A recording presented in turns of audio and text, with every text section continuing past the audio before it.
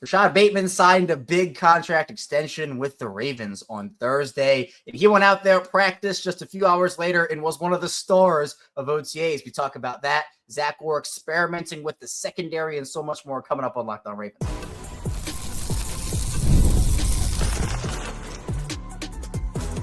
You are Locked On Ravens, your daily Baltimore Ravens podcast. Part of the Locked On Podcast Network, your team every day.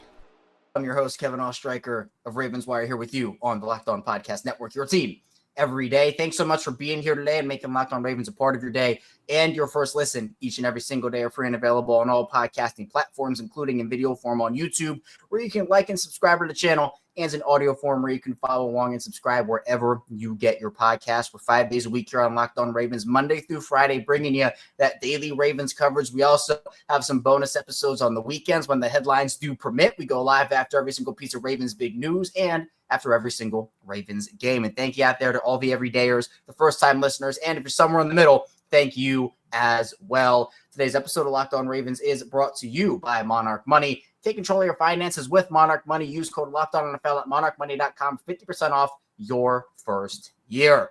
Here with me today, it is Sam Njoku of the Ravens Talk podcast. And Sam, it's been a couple weeks, and look, a good time for you to pop back on the show because what a busy day it was for the Ravens yesterday. I instantly reacted to the news. Rashod Bateman, 3 years, $36.75 million extension. We've been asking for that extension news. We're saying, where are the extensions? They get Derrick Henry done. We're saying, all right, where's the next one? That next one, it is Rashod Bateman. It is a great day if you're a Rashod Bateman for sure. And also the Ravens. I mean, the Ravens invested a lot of capital, the first round draft pick, obviously, on Rashod Bateman. So definitely a great thing to hear that they got the extension done. He got a little cheap extension in the beginning of last year. And then, of course, he had a blow up of a season in 2024. So they rewarded him. Great job from both sides and flew under the radar. I didn't hear anything about it, which means that this got done fairly quickly and fairly quietly. Yeah, and I think it's just a feel-good story, and that's kind of what I've been saying here over really since the news happened is you mentioned he gets the little extension last year. The fifth-year option debacle happened. He fired his agent over it. It was a big, big mishap, and it was a steal of a deal. I called it the best contract in the NFL. The crazy thing, Sam, is that I think this still is the best contract in the NFL. This is adding on 3 more years. So that this does not replace that extension. It is being added on. So Bateman is in Baltimore for a long time, right? It's going to be a 5-year deal, right around $45 million, if I'm not mistaken there. And Bateman's a player that dealt with a lot of injuries early on in his career. He had to work really hard to get back to this point and to prove himself. And Sam, there were a lot of conversations last year about this last year being Rashod Bateman's prove it year. Can he do it? Can he stay healthy? Can he show why he was a former first round pick, had a career year, had immense levels of improvement in chemistry with Lamar Jackson, and showed that he is at the very least a high-end wide receiver 2 in this league. And I kind of put it this way, Sam, this extension is not just investing the Ravens are in Rashod Bateman, who he is now. It's investing in who he is a possible future, maybe Pro Bowler. It's investing in his future. He's a 25-year-old. This is not like Rashod Bateman is 29 or 30 and kind of like still in his prime, but about to exit it. Bateman's not even in his prime yet. And that to me is why I think the deal itself is really good for the Ravens, and it's really good for Rashod Bateman too. I can't even overestimate how huge of a signing this is. And I talked about it last year. There's a good chance that Rashod Bateman was going to play himself out of that contract. He did, fully expecting the extension to get done. It did get done. And now we're in a situation, too, where we know what type of player Rashod Bateman is. We know, for those who are really football purists for the city of Baltimore, they know that Bateman is that guy. So he can play himself out of this contract, too. I'm sure that's what the Ravens told him. I mean, this is a huge deal for the Ravens. Very team-friendly. Very player-friendly, too, considering that he just came off that injury a couple of years ago. The sky's the limit for Rashod Bateman. We know what he does on the football field. If he can connect with Lamar Jackson like he did this year and improve upon that mark, watch out. I think it's going to be special. And he could even outperform that contract like this season. Like, I don't know what you were saying here, where he was he already outperformed the deal that he signed prior. He was going to just blow that out of the water this year. And there are 2 different trains of thought, obviously, Sam, when you can talk about why guys do or don't sign extensions. you have the Nnamdi Madubuike situation where the Ravens approached him reportedly about a deal prior to his breakout year. He said, I'm good. I'm going to bet on myself. And he did. And he got $100 million contract because he broke out that year. You then have the Brandon Stevens side of it where he was awesome in 2023, had earned himself a lot of money. And then 2024 comes around. He does not sign an extension. And, I'm not sure if there was even one offer, but regardless, he didn't sign an extension. And his play falls off a cliff. And he still got, he got essentially the same deal Bateman got over there in New York at about $12 million per season, $13 million per season. And it just felt like he could have gotten a lot more had he not had the year that he had. So there's always two sides to that story, but the specs of Bateman's deal, 3 years, $36.75 million. You have it being $13.25 million per year, and $20 million of that is guaranteed. So again, in the age of wide receiver contracts being the way that they are, everybody's trying to beat everybody, but there are tiers to this, right? Bateman was never going to get a Jamar Chase, Justin Jefferson, CeeDee Lamb type of deal. But Sam, you look at some of these extensions or deals that these other wide receivers have signed over the last handful of seasons, Bateman coming in again at that $12.75 million or $12.25 million mark. You have guys like Michael Pittman making $23 million a season, or Stephon Diggs, who's 32, making $21 million per season. Cooper Kupp, who's 32 and has injury concerns, he's making $15 million. Christian Kirk at $18 million from that deal he signed with Jacksonville. There are a lot of these guys that I'm just thinking, man, I'd take Bateman over this guy in a heartbeat, and that guy's making around the same, if not more money than Rashod. So I think that, again, wide receiver contracts will only go up as the salary cap increases. That will put the market in an even weirder spot than it is already. I think the Ravens made out really well here. And for Bateman, it is a significant pay bump that really helps him out too. Again, kudos to Eric DeCosta in their front office. Insane value. I mean, as you mentioned, I'm taking Rashod Bateman over Michael Pittman. I'm taking a 25-year-old Rashod Bateman over a Stephon Diggs, who just came off, injuries and things of that nature, had a tumultuous pass with the Bulls. I just can't speak highly enough about what the Ravens were able to do with Rashod Bateman and getting this deal done. And another thing, shout outs to Rashod Bateman. What a turnaround of a season. Even the fans sometimes were up in arms against him. He was able to battle through injury, battle through circumstance, and become one of the top receivers in this league. Not just this team, in this league, in my opinion. Certainly one of the best route runners I've seen on film the past 2 years. So kudos to the Ravens again for getting this done. The value is insane. And as you mentioned, price is only going to go up. Guys like Zay Flowers, contract coming up, the number's only going to get higher. So to get Rashod Bateman in this deal until 2029, I mean, that's crazy. That's crazy. It's unbelievable. And, it really is awesome that Bateman has the trust level in the organization, and he truly feels like this is home for him. He put out a post on social media after the extension and after OTA practice. He said, quote, "Feeling incredibly grateful today. Baltimore believed in me from the start, and this extension means a lot. I want to thank Mr. Bisciotti, Eric DeCosta, Coach Harbaugh, and the entire coaching staff for their trust and support. It's been a journey of growth on and off the field. To my teammates, thank you for pushing me, holding me down, and making this locker room feel like home. The relationships I've built here mean everything. I've learned a lot, matured and grown as both a player and a person. The city has shaped me in ways I'll never forget. Excited for what's ahead. Let's get to work." And he signs that date. So, I love this arc for him, where you're right. He was getting a lot of flack from the fan base. There was a lot of doubt for Rashod. He couldn't stay healthy. The production wasn't there for him, wasn't establishing chemistry with Lamar. And now he has an extension that, a lot of players will start to want more money than that. Like, this is going to be a steal of a deal. Even like it right now, it's a steal of a deal. And, Bateman was one of the stars of practices at OTAs after signing the extension. He wasted no time. Hear from Justin Robertson, who's an editorial assistant over at BaltimoreRavens.com. He wrote that Bateman caught the first pass of live 11 on 11s and continued to make plays throughout the afternoon. So, you know what? Extension comes through. The work doesn't stop. That's the type of mentality this team has right now. And Sam, I love it. I love hearing that. I mean, that shows me one of two things. Either one, you got exactly what you were paying for with Rashod Bateman. And two, Rashod Bateman's going to show you, okay, yeah, you signed me to this extension, but I'm worth even more, and I'm going to prove it in this drill and then, throughout the season. So, yeah, huge signing for the Ravens. I mean, Rashod Bateman just screams Ravens football. Hopefully he retires a Raven. I mean, that's just the type of mentality that I've seen from this guy throughout his tenure here in Baltimore. So great to see him perform in OTAs. Hopefully that continues and translates onto the season, I'm sure it will. And yeah, sky's the limit. Can't wait. I love it for Rashod Bateman. It's such a feel-good story for a guy that was doubted. And I had always said it, Sam, here on this show, is I said I was a Bateman believer, but this is the year he had to stay healthy, meaning last season. That's the year he had to stay healthy, and he had to show everybody, hey, this is who I am. And I think that we have not even seen the best to come for Rashod Bateman. I know a lot of people feel that way. And I am excited to see what he brings to the table here. Coming up in the second part of the show, though, we'll flip over to the defensive side of the ball and talk about Zach Orr and the Ravens defense experimenting with their secondary a little bit with one of their players who is on the roster bubble right now. So be sure to stay tuned. Plenty coming your way on Locked On Ravens.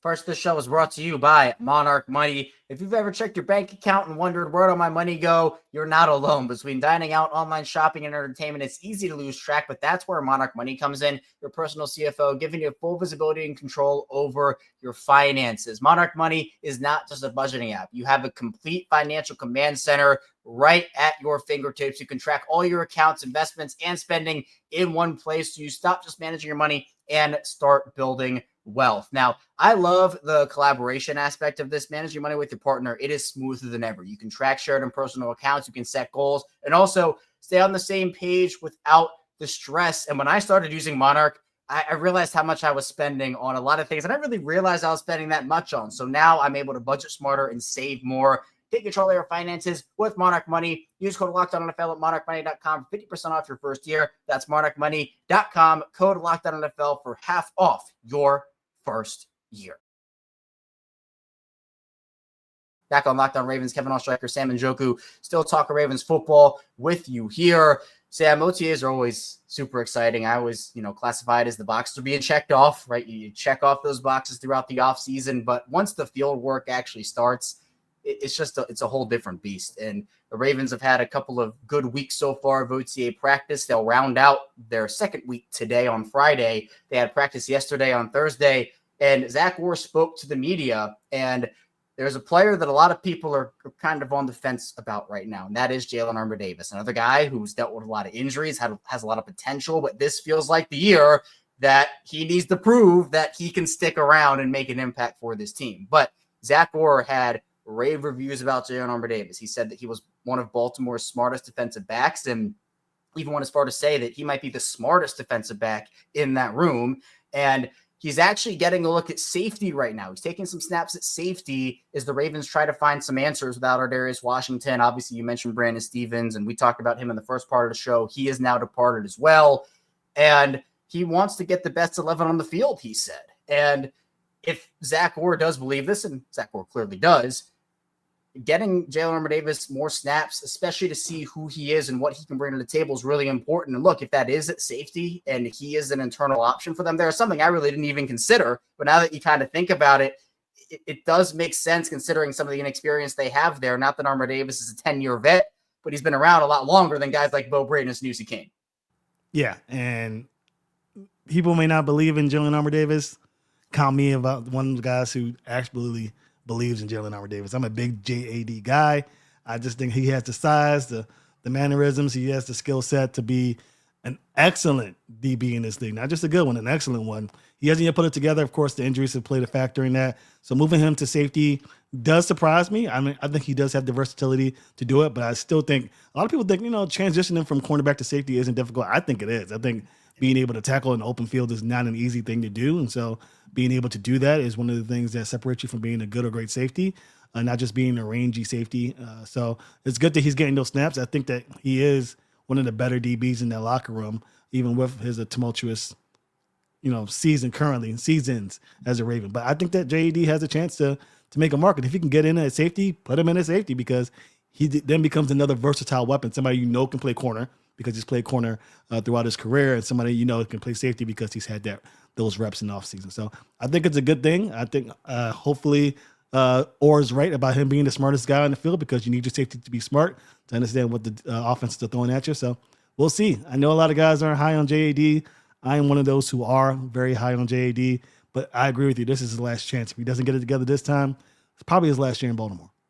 it almost feels just like a why not? Like, why not try it? If you truly believe that he's going to be one of these guys that can help you out, and if you believe in the smarts that he has and the ability, if it's not working at corner or it hasn't worked at corner, which clearly, again, it's been a rough go of it for Jalen Armour-Davis, think that it's a fine way to figure out what you got. And if it amounts to nothing, then at least you tried. And at least you tried to find a way to incorporate him, because I think, Sam, we're expecting TJ Tampa to take a leap this year, and he will get snaps at corner. Obviously, we can talk about Marlon Humphrey, Nate Wiggins, and Chidobe Awuzie as those guys. So if Jalen Armour-Davis is going to be like a fifth corner, that doesn't really help anybody out. Like, sure, it makes sense, but you also then have the two young rookies that you drafted in the mid to late rounds, and Baltimore, there was an opening at safety, and I think that it should be an open competition. So I also agree with you, where with Brandon Stephens, I did not like how they managed him early in his career, flipping him back, corner, safety, and then finally, out of necessity, they played him at corner because they had nobody to play it,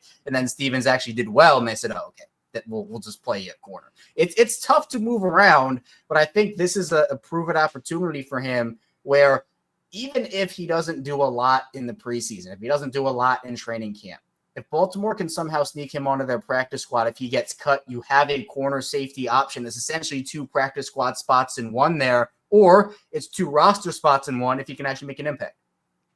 I think that's one of those things where, yeah, man, it's tough. It really is tough to decide. I think he can make an impact as a safety. I really do think he has that, and I'm not sure. The Brandon Stephens thing scares me, and I'm sure it scares a lot of Ravens fans because of that transition that he made. But I still think, I don't want to be a pessimist. I think that JD has a lot left in the tank, a lot more than a lot of people think. So count me one of those guys who thinks that he can make an immediate impact. How do you feel about the depth right now in general? Obviously at corner, it feels good. It always feels good in the offseason, but we know Ozzie Newsome's famous saying, you can never have enough corners. You can never have enough at any position. So you always have to account for that. Obviously, the Ardarius injury throws a wrench into some of their depth plans there, and whether they want to go internal there with a guy like JAD or Kane or Braid or go external. I feel good about their secondary right now, especially because I think it is multi-layered, where you have your star power, Marlon Humphrey, Kyle Hamilton, etc. You have your solid guys, the guys that could maybe take that jump, a Nate Wiggins in year 2, for example. And then you have like a Malaki Starks, who's a really nice wild card for them, and I'm expecting a lot out of. But then it is like the Chidobe Awuzie's, the TJ Tampas, and we would have thrown Ardarius in this conversation, but some of the other guys like a Bo Braid. I'm feeling good about it. How are you feeling about it? I'm feeling really good about it. I'm very high on Malaki Starks, so I automatically put him in the good category, even though he hasn't played a snap in the league. I feel the same way I felt about Kyle Hamilton coming in. You just know he's going to be a good ball player. How good? That's up to Malaki, but he just has he's going to be good. Don't worry, Ravens fans. He's going to be good. So you got him. You got Kyle Hamilton. You got Marlon Humphrey. I'll put Nate Wiggins in the great category too right now. The second half of the season, he was just unreal. Almost you couldn't throw it to him. He was just so good at defending those plays. So I'll put him in there. TJ Tampa. I don't want to put Chidobe Awuzie there, but I will. Bo Braid's another guy I really like. Those three I expect to make jumps. TJ Tampa especially. He just was too good in college, and I'm not even sure what the holdup is in his ascent. It might be because there were so many good DBs already on the roster last year, and they didn't want to move Brandon Stephens because even though he was struggling, he was the guy who just knew the playbook. But I expect TJ Tampa to make that jump. All these guys are high ceiling guys, and then you have the rest. And so I think that's pretty good. I just mentioned 4 top tier players who I think could potentially be Pro Bowl caliber players in 2025. That's more than you can ask for. You'd love to have a fifth corner. We flirted with the idea of maybe them getting a Jair Alexander. But Chidobe Awuzie is a guy who, is solid, can be solid. He is going to be targeted. I've been mentioning this a lot over the last couple of weeks. He is going to get the Brandon Stephens treatment. Can he excel where others failed, such as Brandon Stephens? Because if he's able to perform well and defend moderately good, who are you going to throw to? You can't throw to Marlon. You can't throw to Nate Wiggins. That's what makes this defense from good to great. So Awuzie will be the X factor for this defense. But all in all, very excited about the depth here. Multifaceted, multi-layered defense that can, you can plug and play and won't lose a beat. Are you still rocking with Jair? Are you still you're still on that train? I'm on the Jair Alexander train. And it's been quiet, too quiet. Who knows? Maybe some extensions have been getting done. some cap space available. Alexander hasn't got a lot of suitors. Never say never. I mean, I think it's a little too much at this point. Again, the DB room is pretty full. I mean, be kind of foolish, but never say never. Man, if I might this might come out of nowhere, maybe not, because I know people are talking about it. I feel like if they were to make a trade, and I'm not expecting it to happen, I feel like Jalen Ramsey would be that guy where you could maybe throw him at safety, could be an insurance option at corner. I'd be curious to see safety Jalen Ramsey. Now, I don't know what that trade looks like. I don't know what that, contract situation for Baltimore looks like. Now, Jair, look, I'm with you, man. I love Jair Alexander. Hope maybe one day it will work out. Feels like he's probably going back to Green Bay at this point, and the Ravens probably don't have room for him anyway. But at the end of the day, if there's a trade to be made, I would probably say Jalen Ramsey is a little more realistic, and maybe we'll see, but I'm not really expecting anything. I think the Ramsey thing, he's going to cost a lot of money, his contract. I think he still considers him to be a pretty good corner. There's a lot of teams that need DB help that are probably willing to pay a little more than the Ravens are for him, especially with the whole cap thing. It would be surprising. It wouldn't surprise me if Jalen Ramsey wants to come here. I mean, that's probably a given at this point. I'm sure he'd love to be a Raven considering where he's coming from, but it's going to be tough. Like I mentioned, even with Jair Alexander, this DB room is full to the point where we just mentioned JAD trying out safety. So I mean, it's a pipe dream at this point. Alexander may happen one day, maybe not this year, but one day he'll be a Raven, kind of like how DeAndre Hopkins is a Raven when he's almost 40 years old. But it's going to happen sooner or later. I just feel it in my bones. They'd love to get those two, him and Lamar, together for one last ride. Who knows where the Ravens' interest level has been on Jair for all these years, and I say all these years, like 2 years. But whenever the Ravens are interested in somebody, sometimes those guys, like they always keep in the back of their heads, like DeAndre. We heard a lot about DeAndre for a while. Jadeveon Clowney. That was my second ever episode on this show back in 2019, talking about how maybe the Ravens would go get Jadeveon Clowney. He comes to Baltimore years after that. So it Derrick could Henry. be, maybe Henry's another one that you have guys. So maybe they move Marlon to safety at some point. Jair comes in as a corner and you're just cooking with grease there, as Roquan would say. So I feel like they're in a good spot right now. And also on top of it, the Ravens, they got their post-June 1 money from Marcus Williams and Justin Tucker. That frees up some space. Obviously, the Bateman extension, we'll see how that is structured over the 3 years after his first extension is over to see maybe how they could maneuver some money after that. But to me, you also have to look at the trades during the season too, where like at this point, Sam, the roster is outside of obviously Ardarius Washington, fully healthy.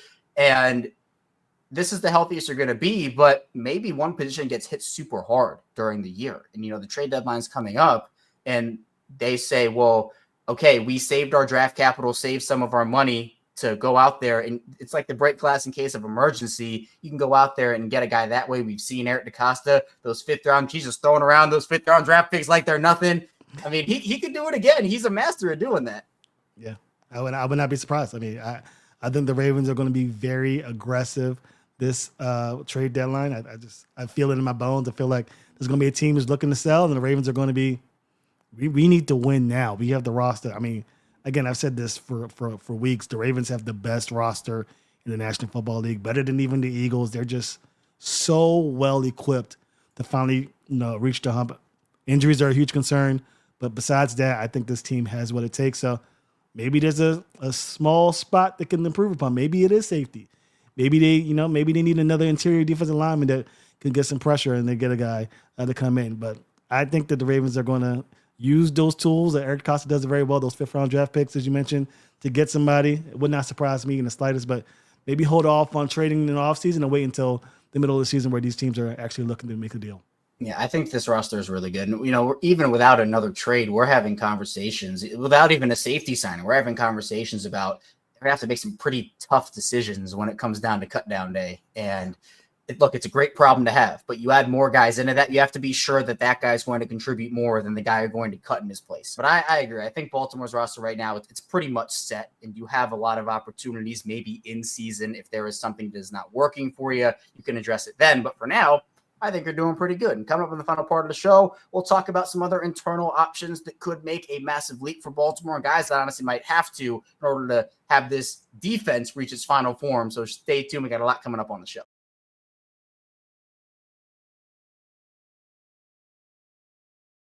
back on Locked On Ravens. Kevin Oestreicher still here with you. Sam Njoku along for the ride here with me as well. Sam pops on every single week and provides that great insight for us here. And someone else who pops on every single week is Kadri Ismail. And I have a short to play. I forgot to play it the past 2 shows, so I'm going to do it now before Sam and I get too deep in conversation and I forget.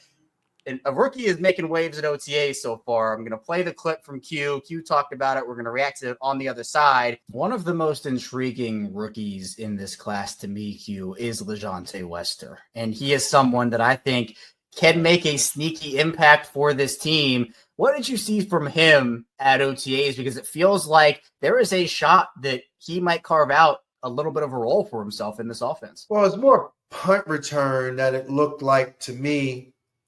They were trying to figure out his abilities. And I know that the college punt return versus the pro punt return is, entirely 2 different animals when you got guys coming at you. But he looked comfortable. He didn't look like it was something that, he had to figure out. At the same time, he was making catches. So the catches that he was making, they had, I think one of the 3 that I saw was a contested catch and really had good eye-hand coordination with it, stayed with it. I think the others were good down-the-field type throws that he also made, which when it comes to speed, when it comes to, Todd Monken loves to get the ball out of the quarterback's hands real quick. I can see him also, being in the equation. I know LeJontay Wester does not play defense. I said that at the end of the second part of the show. We'll get to defense in just a couple minutes, but I needed to play the clip because I had forgotten to play it over the last 2 shows. Hugh mentions the punt return aspect, which I think is a big reason why they drafted him in the first place. But some of that shiftiness, I feel like maybe in just certain spots, maybe use him as a gadget player at times, use his shiftiness and his abilities. I feel like, it's not just going to be LeJontay sits on the bench for 17 games. I feel like it's in certain spots he could be pretty useful for this offense. Hot take, Wester is going to be a huge rookie impact player for the Ravens in 2025. He is just, his skill set is what I've been dreaming for the Ravens to get since they lost Marquise Brown. I think that they use Zay Flowers a lot in those gadget type plays, and I think Zay Flowers is predominantly very good in that intermediate short route game that he has going on, and taking him into the back behind the quarterback, I don't think that's really his skill set. Wester has that skill set. I think he's going to be a monster for the Ravens this season. I think that he's going to be one of those rookies we're talking about, like, how did he get drafted as late as he did? I just think that he has that skill set. And so for Q to see that and see that his potential is really there and see him perform well gives me very high hopes for Wester this season. I don't know if he's going to be Tyreek Hill level. I don't think he's going to be that, but he's going to get on the field on this offense. I think any type of wondering whether or not he's just going to be a punt and kick returner, throw it out the window. He's definitely going to be in this offense in some capacity, more so than Walker was with the Ravens last year, more so than any of these other guys, rookie guys were last year for the Ravens. I think he's going to be one of those guys you'll see maybe 10 to 15% of the snaps this season. I just see that his skill set is huge. It's great for a team that's looking to spread out this offense even more without really having to, take away what makes them special, which is a bigger, beefier front. So I think that Wester's going to have a huge role. Will he take advantage of that role this offseason? We'll see. He has training camp to really get himself together and the first few games of the season to really come into his own. But I'm very high on Wester. So it's good to see that Q echoed my sentiments. So I'm curious. Let me follow up. If Wester has a huge role, who's the one that doesn't? Who's the one that you think might be getting maybe a decrease in opportunities? Is Tylan Wallace maybe not seeing the field as much as a wide receiver? Is Tez Walker not going to make as big of an impact? If Wester is that guy, who do you think is unfortunately not going to be able to have the role that maybe they want this year? I mean, if I had to guess, I'd say that Mark Andrews doesn't get as much field opportunity as usual. Maybe not as much Patrick Ricard. I really think this offense is trying to steer into this spread offense that Lamar Jackson had in college that made him so successful. But I don't think they're ready to push Wester to be that, third wide receiver or fourth wide receiver. I think it'll really be these gadget plays where you see him on the field maybe 5 or 6 times a game. It won't take too much away from guys, but that means less opportunity for, 2 tight end sets or maybe those 4 wide receiver sets where you'd see a guy like Tylan Wallace or Tez Walker be on the field. I think you'll see Wester more, considering that he has that speed and that skill set to really make defenses pay if they're not really pressed on the receivers like they usually are in previous seasons. Yeah, it's just to keep defenses honest. And if the guy has the skill set, the guy has the skill set, where I think that they can use Wallace, Walker, and Wester, 3 W's there, all in tandem together. So yeah. I'm excited to see that, because even if, again, it's that 5 to 6 snaps per game, that's still enough to make it, one of those plays goes for big yardage. That's an impact. Like, that's a big thing. And that can really help the Ravens win some games. What can also help the Ravens win some games if Trenton Simpson steps up this season. I know that it was a rough go of things for him last year. They ended up having to replace him with that tandem, Malik Harrison, Chris Board, Christian Welch, who are all no longer with the team. They are all off in different places. Zach Orr gave Trenton Simpson a vote of confidence on Thursday. He said that Trenton is showing the most confidence he has over the course of his career, and said, quote, "This is the most I've heard him talking. He's actually turning into one of our most vocal guys." So I love that, first of all. Yes, we can acknowledge Trenton had a tough year last year, but the fact that he has come back here, working to earn a starting job, and is doing so by taking on even just a little bit more of a leadership role in year 3 with being vocal, I love that, especially because he's going to be in a battle all offseason with Teddy Buchanan. Maybe Jake Hummel makes a play there, but to me, Sam, this really feels like this is Trenton Simpson's job to lose, and at least early on, feels like he's making the most of his opportunity here. Yeah, it is Trenton Simpson's job to lose, but he can lose it. So he needs to make sure that he's doing what he has to do on a weekly basis or daily basis to make sure that he stays on that field. I've seen or heard that he's worked with Roquan Smith this offseason as well to get that tandem going. It'll be a huge benefit to the Ravens if they make sure that Trenton Simpson's that guy. Buchanan obviously is a rookie that everybody wants to talk about, very high-level guy. I think he's going to do well in this league as well. But Simpson's going to have his work cut out for him to make sure that he pushes him back. It's a good problem to have if you're the Ravens, obviously, but for Simpson in particular, he needs to make sure that he's making this move from year 1 to year 2 as a full-time starter potentially. And Roquan Smith will be a better player for it if he has somebody opposite him like he had with Patrick Queen, who can lean on in certain situations to do the things that he doesn't do as well. So it's going to be very interesting to see how Simpson does this season, this offseason. Going to be interesting to see how he does in training camp as well as the preseason. I'm sure they're going to give him loads and loads of opportunities and reps. Will not be surprised if he's there in the third quarter of the first preseason game just to give him those extra reps, because practice makes perfect. It's very difficult to come off the bench not having the God-given talent that some of these other guys have, just to be in there and getting the reps. When I started as a content creator, I was not looking at the camera correctly, oohing and ahhing, not knowing where I'm going. Takes practice, takes reps to get used to it. So I'm going to give him the benefit of the doubt. Hopefully everything that Orr said comes to fruition and he becomes a solid piece for this Ravens defense. Yeah, no one go back and listen to my first episode of Locked On Ravens. It's an experience. I'll tell you, I didn't know how to enunciate properly. I didn't know how to put the inflections in my voice. It was very welcome into another edition of Locked On. It's very monotone. So if you dare, it'll be a time for you. So I'm warning you now, but you're exactly right. Where it takes time, it takes practice, and not everybody's going to be the best for. I mean, Patrick Queen thing, it's exactly correct. Where you saw Patrick Queen, he was not great for the first couple of years of his career. He had to really learn and get acclimated, and he finally steps up in years 3 and 4, parlays that into a deal with the Steelers. Obviously, it didn't go great for him last season, but it takes time for these guys. And for Trenton Simpson, who has that athletic ability and some of the stuff that you talked about, Sam, I'm really hoping he can step up. And maybe, we talked about earlier in the show, areas where the Ravens could stand to add a vet. If Trenton Simpson doesn't work out, if Teddy Buchanan isn't ready, maybe they go sign a vet inside linebacker. Who knows? CJ Mosley's still out there. Maybe CJ, I'm not sure that's the best fit for who could provide the best skill set next to Roquan, but there are still some guys out there that could make some impacts. Other takeaways, Sam, from OTAs on Thursday. I just wanted to dive into a couple of these here. Again, Justin Robertson over at BaltimoreRavens.com giving us some of those. John Gruden was at the Under Armour Performance Center for Thursday's practice. Andrew Voorhees got some action at left guard. He's competing to win that starting job. And John Hoyland, he finished 3 for 3 on field goal attempts, but that was after missing 3 from long distance. He had 46, 42, and 39 that he converted. Tyler Loop did not kick on Thursday because him and Hoyland are trading off opportunities. So a lot of exciting things for Baltimore right now, and I'm excited to see how it all plays out for him. Sam, I appreciate you popping on. Thank you so much for joining me. On the way out, tell people where they can find you and what you're working on. Yeah, man. Appreciate you for having me again. Find me on Ravens Talk Podcast on Instagram and Twitter, working on lots of stuff as the offseason gets churning. I also have some projects working with AFC North Roundtable. Got my own podcast I'm working with, Ravens Talk Podcast. There's another podcast with my friends. Still got a podcast that we're working on as well. So lots and lots of things that I'm working on, getting busy. And soon we may be having a show of our own coming up with Locked On Ravens. So very much looking forward to it.